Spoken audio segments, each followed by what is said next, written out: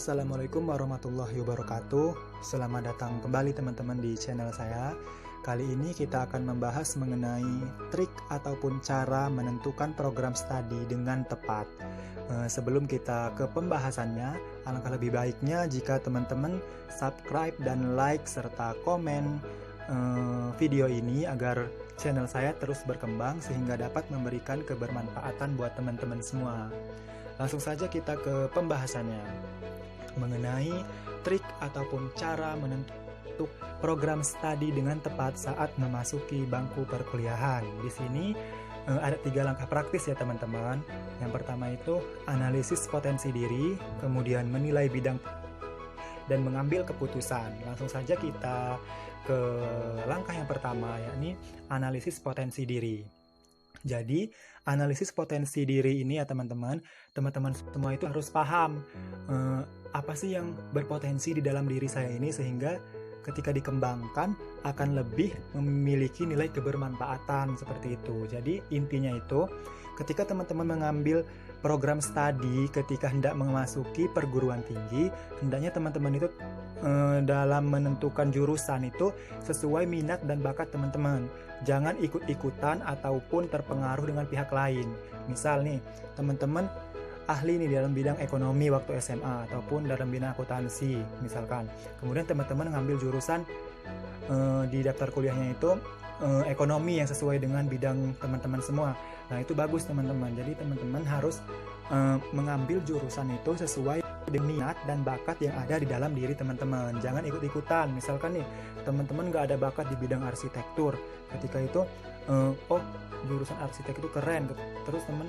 Terus teman-teman semua ngambil nih jurusan arsitektur biar kelihatan keren. Padahal teman-teman nggak ada bakat di bidang itu. Nanti itu akan menyusahkan teman-teman sendiri saat memasuki perkuliahan. Jadi pesan saya yang pertama itu ketika memilih program studi harus sesuai dengan potensi yang ada dalam diri teman-teman. Seperti itu. Kemudian yang selanjutnya itu berkaitan dengan menilai bidang pekerjaan. Nah, ini juga teman-teman, kita tujuan kuliah itu untuk mendapatkan pekerjaan yang layak dan lebih baik daripada sebelumnya ya kan teman-teman. Itu tujuan utama kita melanjutkan pendidikan ke perguruan tinggi ya kan. Maka dari itu kita juga harus menilai bidang pekerjaan. Misalkan nih, kita tahu nih potensi diri kita di bidang ekonomi. Oh, saya harus cari dulu lah bidang pekerjaan di bidang ekonomi itu akhir-akhir ini luas nggak ya, seperti itu. Jadi teman-teman juga harus memikirkan bidang pekerjaannya. Biasanya kan kita memiliki potensi diri lebih dari satu ya teman-teman. Misal nih, waktu SMA kita sedikit tertarik dalam bidang ekonomi, misalkan di bidang hukum, terus sama di bidang komunikasi. 3 kan nih teman-teman. Nah, ketika teman-teman sudah tahu potensi diri teman-teman itu apa saja, teman-teman juga harus menilai bidang pekerjaannya. Oh, dibandingkan tuh yang tadi, misalkan potensi diri teman-teman tadi kan ada di bidang komunikasi, di bidang hukum, sama di bidang ekonomi. Ketika teman-teman cari tuh antara ketiga prodi tersebut, mana sih yang lebih menguntungkan dan memiliki pekerjaan yang lebih luas sehingga peluang buat teman-teman nanti berkarir itu lebih tinggi seperti itu. Ketika misalkan teman-teman nih sudah mencari informasi mengenai ketiga prodi yang teman-teman sukai tadi, ternyata ekonomi lah misal yang memiliki peluang kerja yang sangat tinggi. Alangkah lebih baiknya jika teman-teman mengambil program studi yang memang menjanjikan nilai pekerjaan yang lebih tinggi ya teman-teman. Tapi perlu diingat bahwasanya menilai bidang pekerjaan ini sesuai dengan bakat kita ya teman-teman. Kembali lagi ke skill kita nantinya. Akan tetapi untuk mendukung itu kita harus tahu arah pekerjaan kita nanti ke seperti apa. Ketika kita mengambil jurusan ekonomi, nanti kita kerjanya di bagian mana gitu, seperti itu ya teman-teman. Jadi ketika menentukan program studi, yang pertama itu harus sesuai bakat kita. Kemudian juga kita harus menilai pekerjaannya.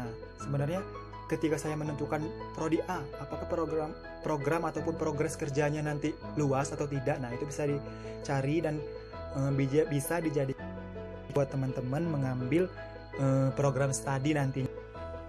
Teman-teman juga harus memperhatikan prospek kerja ke depannya ya teman-teman. Kemudian langkah selanjutnya itu pengambilan keputusan. Ketika teman-teman sudah mengetahui potensi diri saya ini apa, kemudian udah mencari kesempatan kerja ataupun peluang kerja dari program studi yang ingin teman-teman ambil, kemudian teman-teman harus mengambil keputusan dan menentukan, oke, saya mengambil prodi ini misalkan.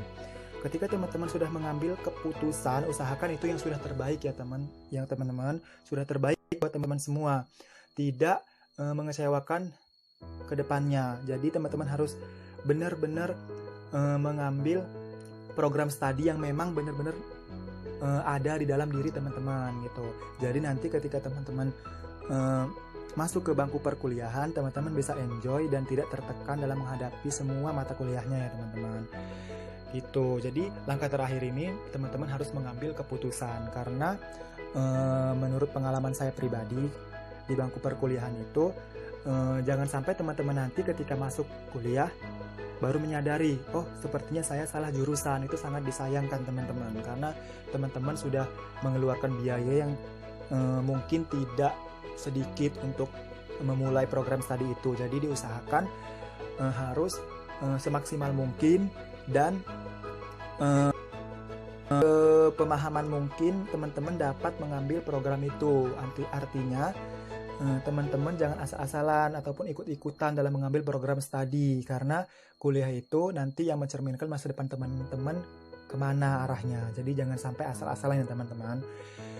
Ketika teman-teman sudah mengambil keputusan untuk oke, saya daftar di kampus ini dengan prodi ini, itu teman-teman harus sudah siap menerima resiko apapun yang mungkin teman-teman dapatkan nantinya. Seperti itu teman-teman.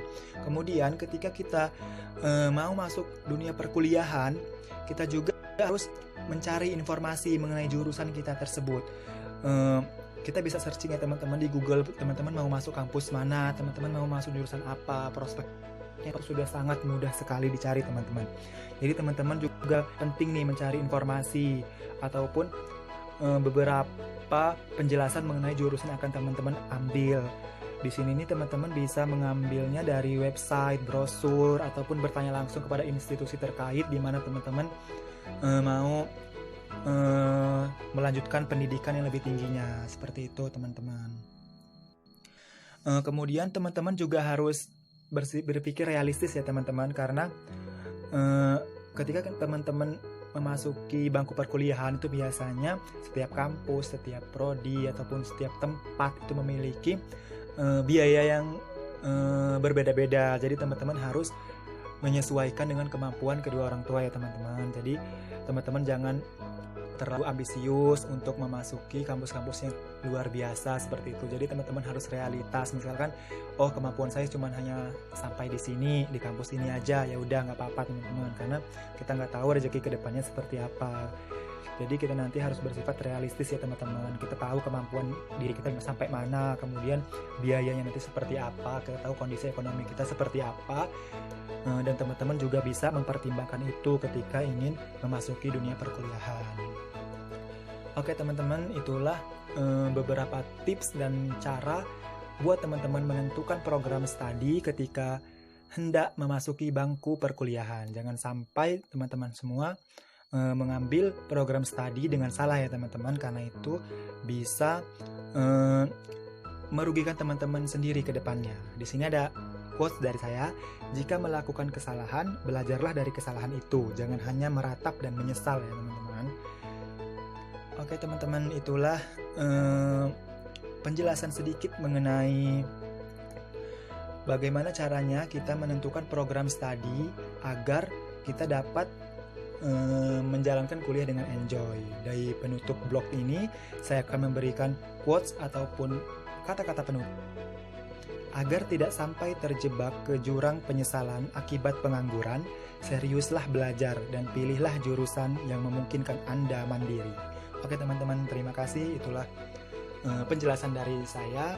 Semoga bermanfaat. Jangan lupa teman-teman like dan subscribe serta share jika video ini bermanfaat buat teman-teman semua. Tell me pretty lies, look me in the face, tell me that you